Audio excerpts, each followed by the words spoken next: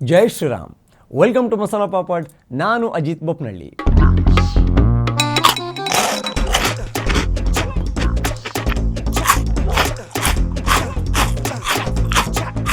ರಣಹದ್ದು ರಾಜಕೀಯ ಅಂತ ಒಂದಿದೆ. ಅಂದರೆ ಎಲ್ಲಿಯಾದರೂ ಹೆಣ ಬಿದ್ದರೆ ರಾಜಕೀಯ ನಾಯಕರು ಪ್ರತ್ಯಕ್ಷ ಆಗ್ತಾರೆ. ಎಲ್ಲ ಹೆಣಕ್ಕೂ ಅಲ್ಲ, ಬದಲಾಗಿ ನಮಗೆ ಲಾಭ ಬರೋ ಅಥವಾ ಲಾಭ ತರೋ ಹೆಣವ ಅಂತ ನೋಡಿಕೊಂಡು ಎಲ್ಲ ಪ್ಲ್ಯಾನ್ ಆಗುತ್ತೆ.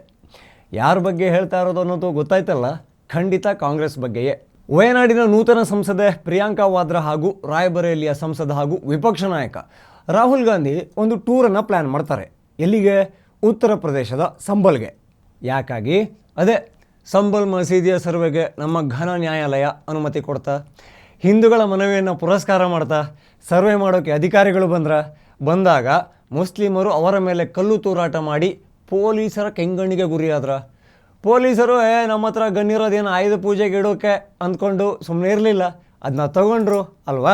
ಎಷ್ಟೇ ಮನವಿಯನ್ನು ಮಾಡಿಕೊಂಡ್ರೂ ಕೂಡ ಗಲಭೆಯನ್ನು ನಿಲ್ಲಿಸದ ಬ್ರದರ್ಸ್ ಮೇಲೆ ಗೋಲಿಬಾರ್ ಆಯಿತು. 3 ಜನ ಔಟು.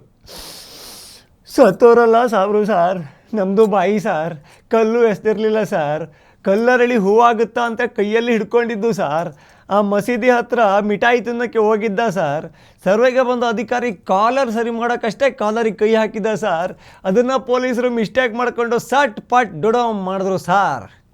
ಪಾಪ. ಸತ್ತವರೆಲ್ಲ ಸಾಬ್ರು ಅಂದಾಗ ರಾಹುಲ್ ಗಾಂಧಿ ಹಾಗೂ ಪ್ರಿಯಾಂಕಾ ವಾದ್ರಾ ಅಲರ್ಟ್ ಆದರು. ಅಲ್ಲೊಂದು ಟ್ರಿಪ್ ಮಾಡಿಲ್ಲ ಅಂದರೆ ಅವಮಾನ ಅಂದ್ಕೊಂಡ್ರು. ಹೀಗಾಗಿ ನಿಷೇಧಾಜ್ಞೆ ಜಾರಿ ಇದ್ದರೂ ಕೂಡ ಚಲೋ ಸಂಬಲ್ ಅಂತ ಹೊರಟೇ ಬಿಟ್ರು. ಆದರೆ ಕಾನೂನು ರಾಹುಲ್ ಗಾಂಧಿಗೂ ಅವರ ತಂಗಿಗೂ ಬದುಕಿದ್ದಿದ್ರೆ ಅವರ ಅಪ್ಪ ಅಜ್ಜಿಗೂ ಸೇಮ್ ಅಲ್ವಾ? ಕಾನೂನು ಮುಂದೆ ಯಾವ ಬೋದ್ನನ್ ಮಗ ದೊಡ್ಡವನು? ಪೊಲೀಸರು ಏನಂದರು? ಮುಂದೆ ಹೋಗೋಕ್ಕೆ ಅನುಮತಿ ಇಲ್ಲ, ದಯವಿಟ್ಟು ವಾಪಸ್ ತೊಲಗಿ ಅಂತ ಅತ್ಯಂತ ವಿನಮ್ರವಾಗಿ ಹೇಳಿದರು. ಹೇಳ್ರಿ, ನಾನು ಪೊಲೀಸ್ ಜೊತೆಗೆ ಒಬ್ಬನೇ ಬರ್ತೀನಿ, ಮೃತ ಸಾಬರ ಕುಟುಂಬಕ್ಕೆ ನನ್ನ ಸಾಂತ್ವನದ ಅವಶ್ಯಕತೆ ಇದೆ, ಇಲ್ಲಾಂದರೆ ಅವರೆಲ್ಲ ಡಿಪ್ರೆಷನ್ಗೆ ಹೋಗ್ತಾರೆ ಅನ್ನೋ ಅರ್ಥದಲ್ಲಿ ಮಾತಾಡಿದ ರಾಹುಲ್ ಗಾಂಧಿಗೆ UP ಪೊಲೀಸರು, ಸರ್ ನೀವಲ್ಲ, ನಿಮ್ಮ ಅಪ್ಪಂಗೂ ಒಳಗಡೆ ಹೋಗಿ ಬಿಡಲ್ಲ ಅನ್ನೋ ಟ್ಯೂನಲ್ಲಿ ಮಾತಾಡಿದರು. ವಾಪಸ್ ಓಡಿಸಿಬಿಟ್ರು.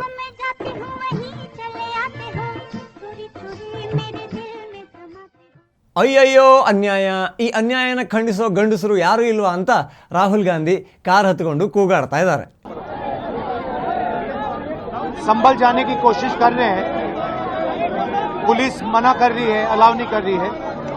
एज LOP मेरा अधिकार बनता है कि मैं जा सकता हूं, मगर तब भी वो मुझे रोक रहे हैं. मैंने कहा है कि मैं अकेला जाने को तैयार हूं, पुलिस के साथ जाने को तैयार हूं, मगर उन्होंने वो भी बात एक्सेप्ट नहीं की. और अब कह रहे हैं कि कुछ दिनों में अगर हम वापस आएंगे तो फिर वो हमें जाने देंगे. ये एक्चुअली जो LOP के अधिकार हैं उसके खिलाफ है. मुझे अलाउ करना चाहिए. कॉन्स्टिट्यूशन है ना,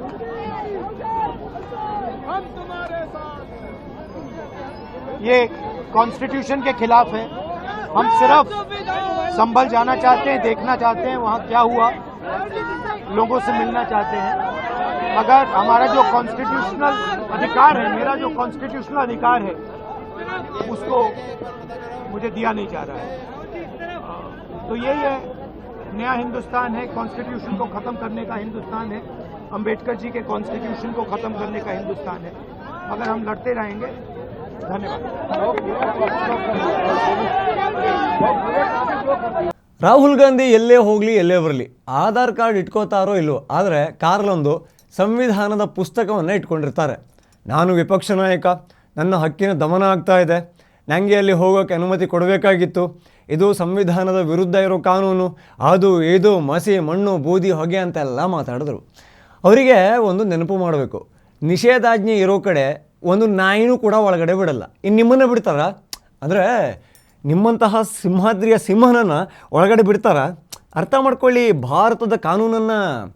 ಇನ್ನೊಂದನ್ನು ಗಮನಿಸಿ, ಭಾರತದಲ್ಲಿ ಅನೇಕ ಗಲಭೆಗಳು ಆಗ್ತಾ ಇವೆ. ಗಾಂಧಿ ಫ್ಯಾಮಿಲಿ ಹಾಗೂ ಚೇಲಾಗಳು ಹೋಗೋದು ಮಾತ್ರ ಮುಸ್ಲಿಂ ಹೆಣ ಬಿದ್ದ ಸೂತಕದ ಮನೆಗೆ. ಇದೇ ರಾಜಸ್ಥಾನದಲ್ಲಿ I stand with Nupur Sharma ಅಂತ ಸ್ಟೇಟಸ್ ಹಾಕಿದ್ದಕ್ಕೆ ಟೇಲರ್ ಒಬ್ಬನ ಕತ್ತನ್ನು ಸೀಳಿಕೊಂಡ್ರು. ಅವರು ಮನೆಗೆ ರಾಹುಲ್ ಗಾಂಧಿದು ನೋ ಅಟೆಂಡೆನ್ಸ್. ಯಾಕೆಂದರೆ ಸರ್ ತಾನ್ ಸೆ ಜುದಾ ಮಾಡಿದ್ದವರು ಮುಸ್ಲಿಂ ಪೀಪಲ್. ಅವರ ವಿರುದ್ಧ ಮಾತಾಡೋಕ್ಕೆ ಜೋಡಿ ಡ್ರೈ ಜಾಮೂನು ಗಟ್ಟಿ ಇಲ್ಲ ಪಾಪ. ಮೊನ್ನೆ ತಾನೇ UPಯ ಬಹ್ರೈಜ್ನಲ್ಲಿ ರಾಮ್ ಗೋಪಾಲ್ ಮಿಶ್ರಾನನ್ನು ಗುಂಡಿಕ್ಕಿ ಕೊಂದ್ರಲ್ಲ, ಅವರ ಮನೆಗೂ ಕೂಡ ನೋ ಅಟೆಂಡೆನ್ಸ್. ಯಾಕೆಂದರೆ ಗುಂಡು ಹಾರಿಸೋಕೆ ಟ್ರಿಗ್ಗರ್ ಒತ್ತಿದವರು ಮುಸ್ಲಿಮರು. ಯಪ್ಪ, ಇಂಪಾಸಿಬಲ್. ಅವರು ಆ್ಯಂಟಿ ಹಿಂದೂ, ಅವರು ಹಿಂದೂಗಳ ಹಿತಾಸಕ್ತಿಗೆ ಯಾವುದಕ್ಕೂ ವ್ಯಾಲ್ಯೂ ಮಾಡದೇ ಇರೋರು. ಹತ್ರಾಸ್ನಲ್ಲಿ ಸಾಧುಗಳನ್ನು ಹೊಡೆದುಕೊಂಡ್ರಲ್ಲ, ಇನ್ನೊಂದು ಕಡೆ ಪಿಂಕಿ ಸಿಸ್ಟರು ಅಯ್ಯಯ್ಯೋ ಅನ್ಯಾಯ, ನನ್ನ ಅಣ್ಣನ್ನ ನನ್ನನ್ನು UP ಪೊಲೀಸರು ಓಡಿಸಿಬಿಟ್ರು ಅಂತ ರೇಗಾಡ್ಬಿಟ್ರು. संभल में हुआ है वो गलत है। राहुल जी नेता प्रतिपक्ष हैं, उनके संवैधानिक अधिकार होते हैं, वो बाकी लोगों से अलग होते हैं, उनको रोका नहीं जा सकता। इस तरह से उनका संवैधानिक पद है, संवैधानिक अधिकार है कि उनको अलाउ किया जाए कि वो पीड़ितों से मिलने जाएं। उन्होंने ये भी कहा कि मैं अकेला चले जाऊंगा, यूपी की पुलिस के साथ मैं अकेला चले जाऊंगा, मुझे अकेला ले जाइए। वो भी करने के लिए तैयार नहीं है। पुलिस वालों के पास कोई जवाब नहीं है। शायद उत्तर प्रदेश की स्थिति क्या ये है कि आप इतना भी नहीं संभाल सकते, तो फिर आप इतना गर्व से क्यों कहते हैं कि लॉ एंड ऑर्डर आपने संभाल रखा है यूपी में? तो नेता प्रतिपक्ष है, उनका संवैधानिक अधिकार है, उनको मिलना चाहिए, उनको इजाजत देनी चाहिए थी जाने की। ನಿಷೇಧಾಜ್ಞೆ ಇರೋ ಕಡೆ ಯಾರನ್ನೂ ಬಿಡಲ್ಲ ಅನ್ನೋದು ರಾಹುಲ್ ಗಾಂಧಿಗೆ ಗೊತ್ತಿಲ್ವಾ? ಅಷ್ಟು ನಾಲೆಜ್ ಇದೆ ಪಾಪ, ತೀರಾ ದಡ್ಡ ಅಲ್ಲ. ಆದರೆ ಅಲ್ಲಿ ಬರೋದು, ಪೊಲೀಸ್ ವಾಪಸ್ ಕಳಿಸೋದು, ಈ ಕಡೆ ಬಂದು ಅನ್ಯಾಯ ಆಗ್ತಾ ಇದೆ ಅಂತ ಮೋದಿ, ಯೋಗಿ ಹೀಗೆ ಸಿಕ್ಕ BJP ನಾಯಕರ ಮೇಲೆ ಬೈಕೊಂಡು ಓಡಾಡೋದು. ಇಷ್ಟೇ ಆಗಿದೆ ಜೀವನ. ಈ ಸಾಬ್ರು ಸೂತಕದ ಮನೆಗೆ ಹೋಗೋ ಚಾಳಿ ಎಲ್ಲ ಕಾಂಗ್ರೆಸ್ ನಾಯಕರು ಬೆಳೆಸಿಕೊಂಡಿದ್ದಾರೆ. ಲಾಸ್ಟ್ ಟೈಮ್ ಬಾಬಾ ಸಿದ್ದಿಕ್ ಮನೆಗೆ ಜಮೀರ್ ಹೋಗ್ತಾರೆ, ಸಾಂತ್ವನ ಹೇಳ್ತಾರೆ. ಅವ್ರು ಬಿಡಿ, ಅವರ ಮನೆಗೆ ಹೋದವರು ಸಾಬ್ರೆ, ಮನೆ ಬಿಟ್ಟು ಹೋದವರು ಸಾಬ್ರೆ. ಮಂಗಳೂರಲ್ಲಿ ಕೋಮು ಘರ್ಷಣೆ ಆಗುತ್ತೆ, ಸಿದ್ದರಾಮಯ್ಯಗೆ ಸೀದಾ ಮುಸ್ಲಿಂ ಮನೆಗೆ ಹೋಗಿ ಸಾಂತ್ವನ ಹೇಳೋಣ ಅನಿಸುತ್ತೆ. ಕುಕ್ಕರ್ ಬಾಂಬ್ ಬ್ಲಾಸ್ಟ್ ಆದರೆ ಅದನ್ನು ಮೀಡಿಯಾ ಮಂದಿ ಮುಸ್ಲಿಂ ಯುವಕ ಅಂತ ಅಂದರೆ ದೇ ಆರ್ ಮೈ ಬ್ರದರ್ಸ್ ಅಂತ ಹೇಳೋಣ ಅಂತ DK ಶಿವಕುಮಾರ್ಗೆ ಅನಿಸುತ್ತೆ. ಒಂದು ಹೇಳೋದು ಏನು ಅಂದರೆ, BJP ಏನೇ ಮಾಡಿದರು BJP ಬಿಡ್ರಿ, ಮೋದಿ ಏನೇ ಮಾಡಿದರು ಅವರ ವೋಟ್ ನಿಮಗೆ ಬರಲ್ಲ, ಹಿಂದೂಗಳು ಏನೇ ಮಾಡಿದ್ರು ಕಾಂಗ್ರೆಸ್ ಹಿಂದೂಗಳ ಪರವಾಗಿ ನಿಲ್ಲಲ್ಲ. ಅರ್ಥ ಆಯಿತು ಅನಿಸುತ್ತೆ. ರಾಹುಲ್ ಗಾಂಧಿಗೆ ತನ್ನ ಪಕ್ಷಕ್ಕೆ ಸಿಂಪತಿಯ ವೋಟುಗಳನ್ನು ಗಳಿಸೋಕೆ ಇರೋ ಎಲ್ಲ ಅವಕಾಶಗಳನ್ನು ಬಾಚಿಕೊಳ್ತಾ ಇದ್ದಾರೆ ಅಷ್ಟೇ. ನಾರ್ಮಲ್ಲಾಗಿ ವೋಟ್ ಬರಲ್ಲ, ಹೀಗಾಗಿ ಒಳಗೆ ನನ್ನ ಎಂಟ್ರಿ ಕೊಟ್ಟಿಲ್ಲ ಅಂತ ಸಂವಿಧಾನದ ಪುಟಾಣಿ ಪುಸ್ತಕ ಹಿಡ್ಕೊಂಡು ಒಂದಿಷ್ಟು ವೋಟ್ ತನ್ನ ಪಕ್ಷದ ಕಡೆಗೆ ತರೋಕೆ ನೋಡ್ತಾ ಇದ್ದಾರೆ. ಅವರ ಲೈಫ್ ಹೆಂಗಾಗಿದೆ ಅಂದರೆ, ಮುಸ್ಲಿಂ ಹಣ ಬಿದ್ದ ಮನೆಯೇ ಟೂರಿಸ್ಟ್ ಸ್ಪಾಟ್. ಹೋಗೋದು, ಸಾಂತ್ವನ ಹೇಳೋದು, ಒಂದಿಷ್ಟು ಧನ ಸಹಾಯ ಮಾಡೋದು, ಬರೋದು, ಬಿಲ್ಡಪ್ ತಗೊಳ್ಳೋದು. ನಾವು ಅಲ್ಪಸಂಖ್ಯಾತರ ಪರ ಅನ್ನೋದು. ಬಹುಸಂಖ್ಯಾತರು ಗಲಭೆಯಲ್ಲಿ ಅವರಿಂದಲೇ ಜೀವ ಕಳೆದುಕೊಂಡ್ರೂ ಕೂಡ ಒಂದೇ ಒಂದು ವಿಸಿಟ್ ಇಲ್ಲ, ಸಾಂತ್ವನ ಇಲ್ಲ, ಕಾಳಜಿ ಇಲ್ಲವೇ ಇಲ್ಲ. ಶುರುವಲ್ಲೇ ಒಂದು ಶಬ್ದವನ್ನು ಬಳಸಿದೆ, ರಣಹದ್ದು ರಾಜಕೀಯ ಅಂತ. ಅಯ್ಯೋ ಸತ್ರಲ್ಲ ಅನ್ನೋರು ಕಮ್ಮಿ, ಅಬ್ಬಬ್ಬಾ ಸತ್ತೋದ್ರಲ್ಲ ಅನ್ನೋರು ಜಾಸ್ತಿ. ಇದನ್ನು ಅರ್ಥ ಮಾಡಿಕೊಳ್ಳಬೇಕು. ಇದು ಹಿಂದೂಗಳಿಗೂ ಹಾಗೂ ಭಾರತೀಯ ಮುಸ್ಲಿಮರಿಗೆ ಸೇರಿ ಹೇಳಿದ್ದು. ಚೀಪ್ ಗಿಮಿಕ್ಸ್ ಮಾಡಿಕೊಂಡು ಡ್ರಾಮಾ ಮಾಡೋರ ಮಾತಿಗೆ ಮರಳಾಗಬೇಡಿ. ಭಾರತದ ಕಾನೂನು ಪಾಲಿಸಿಕೊಂಡು ನೆಮ್ಮದಿ ಶಾಂತಿಯಿಂದ ಬದುಕಿ ಅಥವಾ ಸಾಯಿರಿ, ಆಯ್ಕೆ ನಿಮ್ಮದೇ. TV ವಿಕ್ರಮದ ಎಲ್ಲ ವಿಡಿಯೋಗಳಿಗಾಗಿ ನಮ್ಮನ್ನು ಫಾಲೋ ಮಾಡಿ. ಹಾಗೆ ಇನ್ನೂ ಯಾರೆಲ್ಲ ಸಬ್ಸ್ಕ್ರೈಬ್ ಮಾಡ್ಕೊಂಡಿಲ್ವೋ ಈ ಕೂಡಲೇ ಮಾಡ್ಕೊಳ್ಳಿ. ನಿಮ್ಮ ಬೆಂಬಲ ಪ್ರೋತ್ಸಾಹ ನಮ್ಮ ಮೇಲೆ ಯಾವಾಗಲೂ ಇರಲಿ. ಜೈ ಶ್ರೀರಾಮ್. TV ವಿಕ್ರಮ, ದೇಶ ನಿಮ್ಮ ಕೈಯಲ್ಲಿ. ಈ ಕಾರ್ಯಕ್ರಮ ನಿಮಗೆ ಇಷ್ಟ ಆಗಿದ್ದಲ್ಲಿ ಲೈಕ್, ಶೇರ್ ಹಾಗೂ ಕಮೆಂಟ್ ಮಾಡಿ.